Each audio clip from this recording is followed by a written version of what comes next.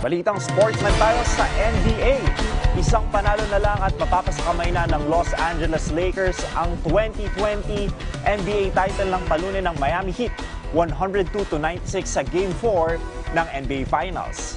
Sa kabila ng paulit-ulit na paghabol ng Heat, nagawa ng Lakers na maitakas ang panalo sa pamamagitan ng isang 5-point spurt ni guard Kentavious Caldwell-Pope sa huling bahagi ng fourth quarter bago tuluyang tapusin ni superstar forward Anthony Davis ang laro sa pamamagitan ng isang dagger 3-pointer na nagbigay sa Los Angeles ng 90 puntos na kalamangan, 39 na segundo pa ang nalalabi.